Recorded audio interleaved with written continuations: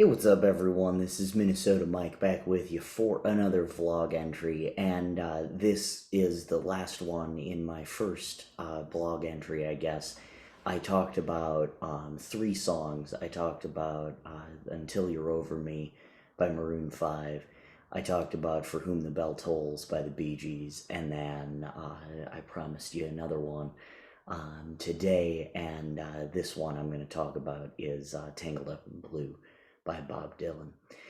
Now, I do want to just throw this out there that this song is the singular reason why I started doing story songs, is because of this song and because of Bob Dylan, just really in general, but mainly because of this song.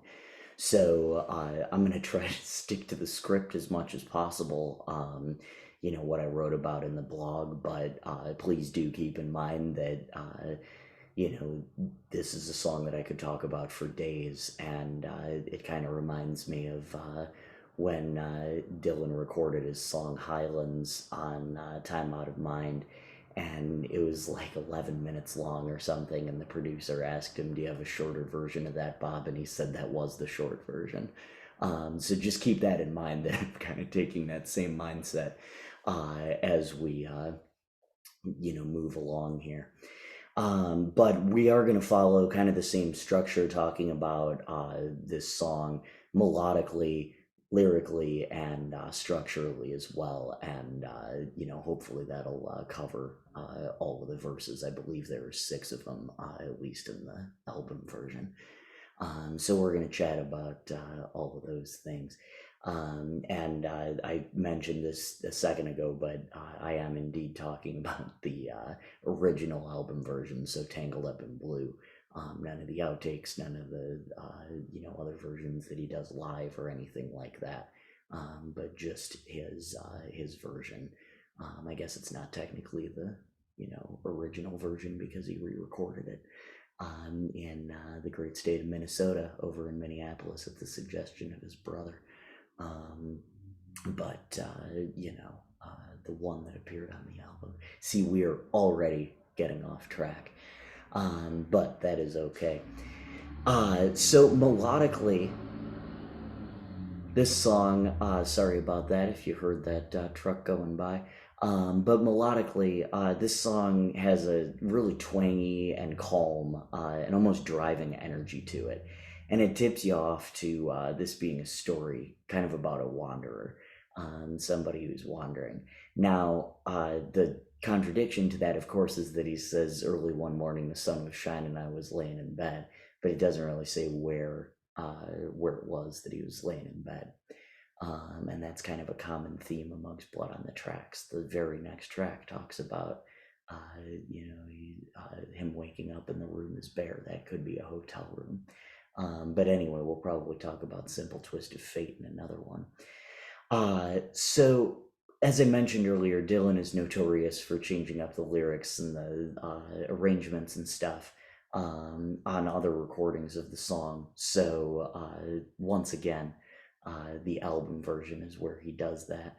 But a lot like the other songs on the record, like Simple Twist of Fate, like I mentioned, there's an emphasis on the stripped down and simplicity, with the guitar. There's bass and then drums, and I think that's pretty much it. But yeah, that's pretty straightforward on the album. So to me, this song paints a picture very well, in a really straightforward way.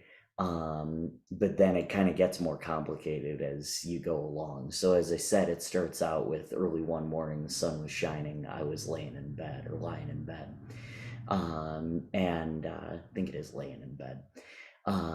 But it also talks about some other stuff and uses what I call strategically placed visuals throughout the song. So it starts off with that very common thing.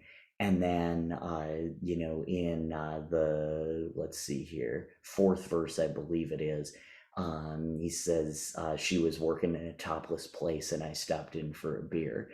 And it took me, I was going to say, an embarrassingly long time, but it's probably good that I heard this song when I was 4 for the first time and didn't immediately know, oh, he's talking about a strip club.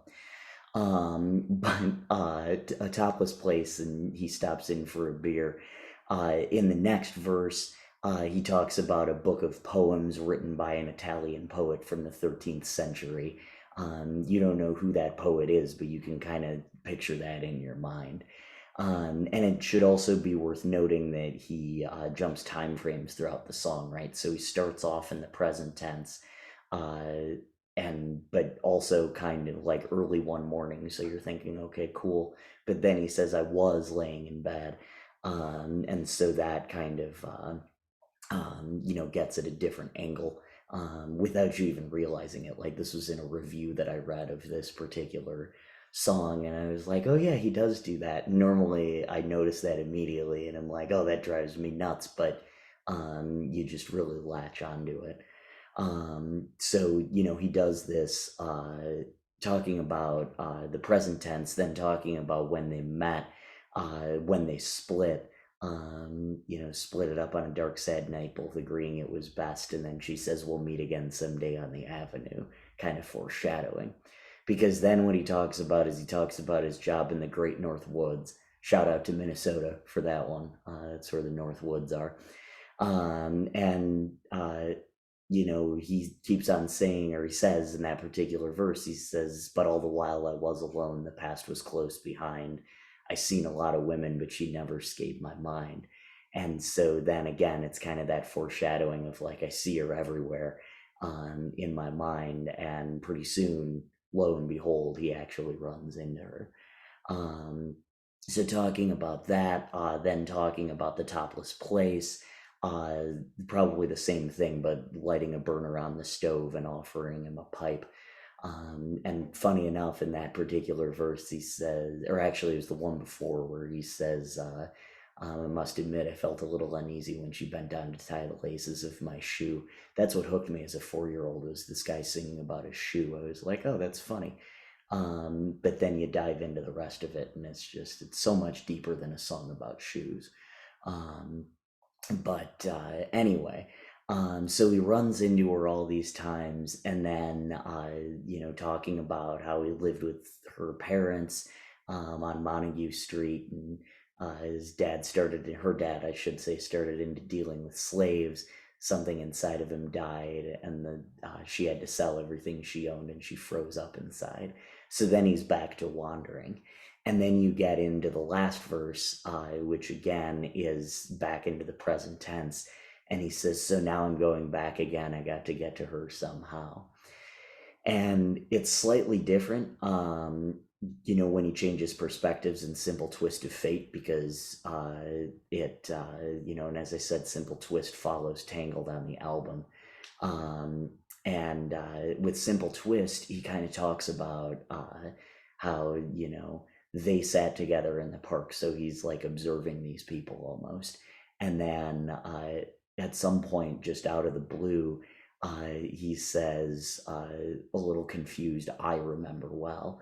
And so then it's almost like, oh, and maybe this is about him. And then you get to the last verse, and he says, I still believe she was my twin, but I lost the ring. And so it just shifts so seamlessly, from time frames, from perspectives, and all of that. And he does that very well, like I said, on multiple songs. But Tangled Up in Blue is where he started.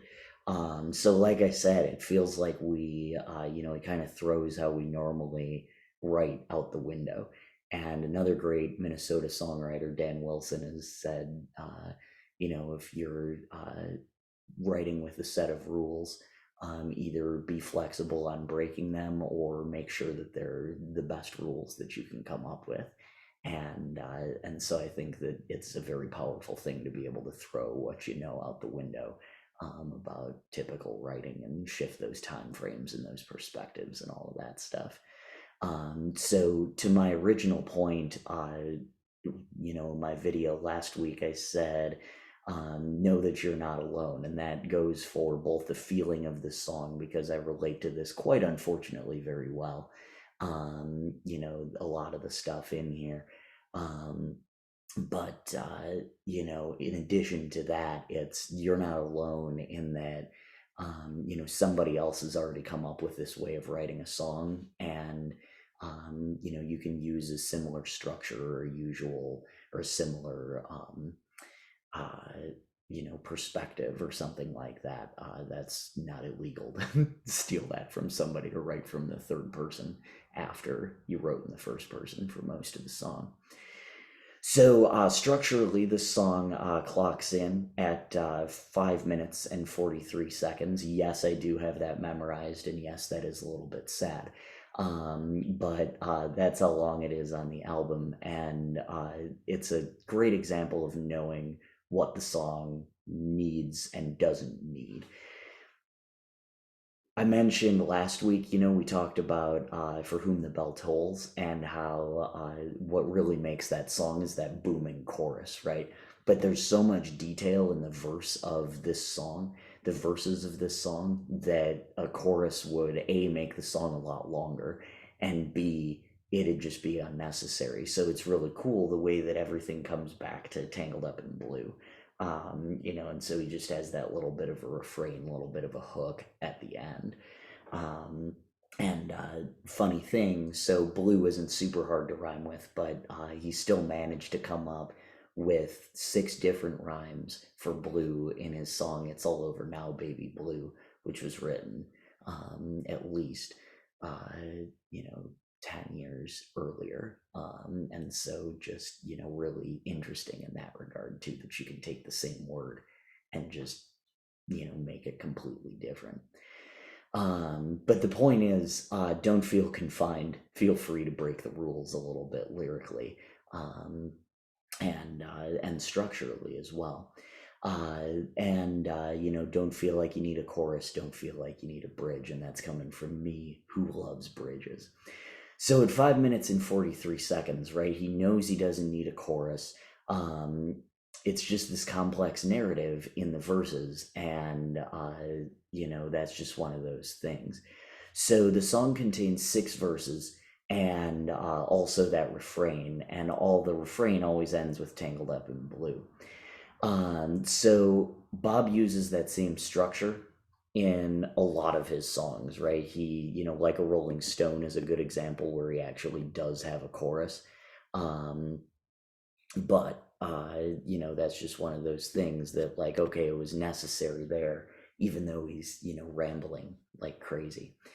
And that's exactly it, right? So he's rambling in like a Rolling Stone, much like I'm rambling now, and it's kind of a stream of consciousness. So even though the chorus is relatively simple, how does it feel? And it's really more of an accentuation that can be summed up fully, even if the verses are in there as well. Again, it's just about knowing what every song needs.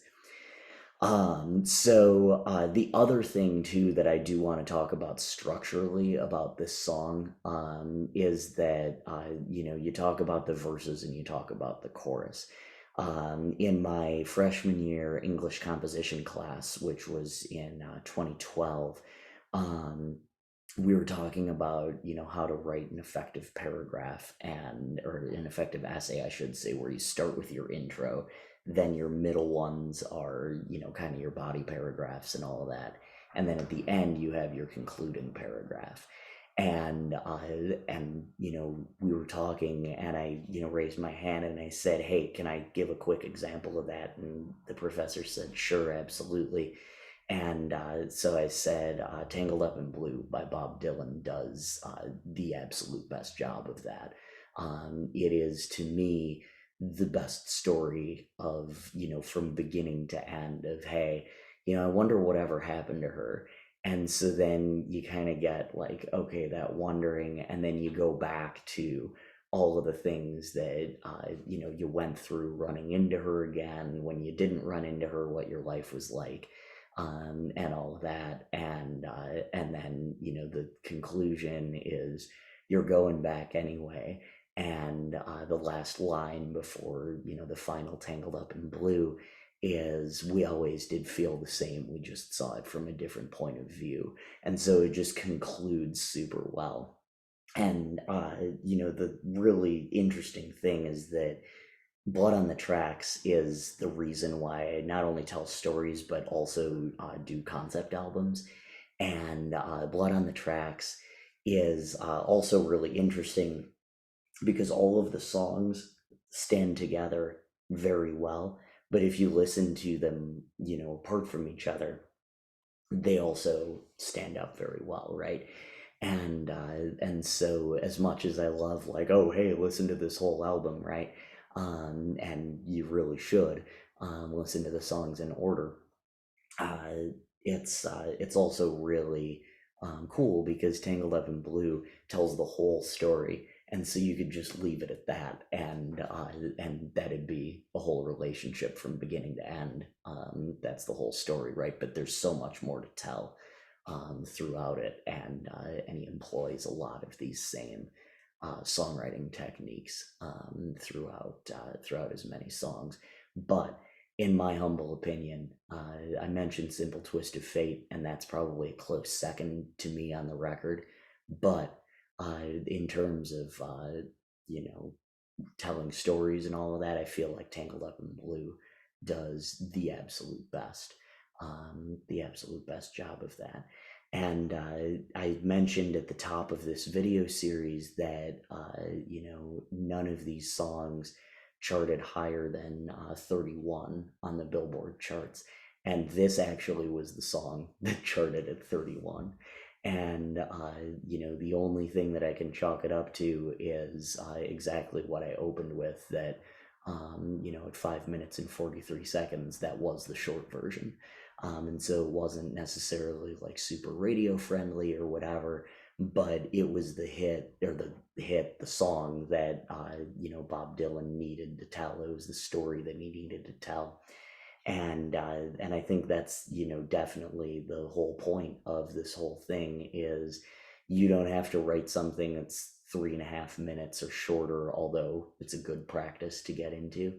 But you don't have to be at number one on the charts in order to have a song that everybody just absolutely loves.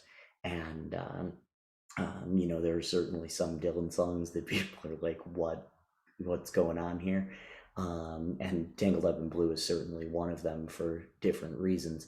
But generally speaking, I mean, there are a whole lot of people that I've read about, at least, who have been like, oh, Tangled Up in Blue, unless they just genuinely don't get Dylan. And so, like I said, you don't have to write a hit to write a hit. This is a phenomenal song, and holds up even all these years later. So again, you don't have to write a hit to write a hit. Get out what you need to get out, and do whatever works for the song, regardless of what rules you think you might be breaking. Thank you so much for listening. This was the last one in the "You Don't Have to Write a Hit to Write a Hit" series, at least for now. There might be some more later. But next week, what we're going to chat about is we're going to talk about character development within songs, and look at that from 4 different perspectives. So be sure to tune in next Monday for that. There will also be a new blog up next Monday, so make sure that you are on the lookout for that in writing on the Memphis Songwriters Association's website. And uh, thank you so much for tuning in. I'm Minnesota Mike.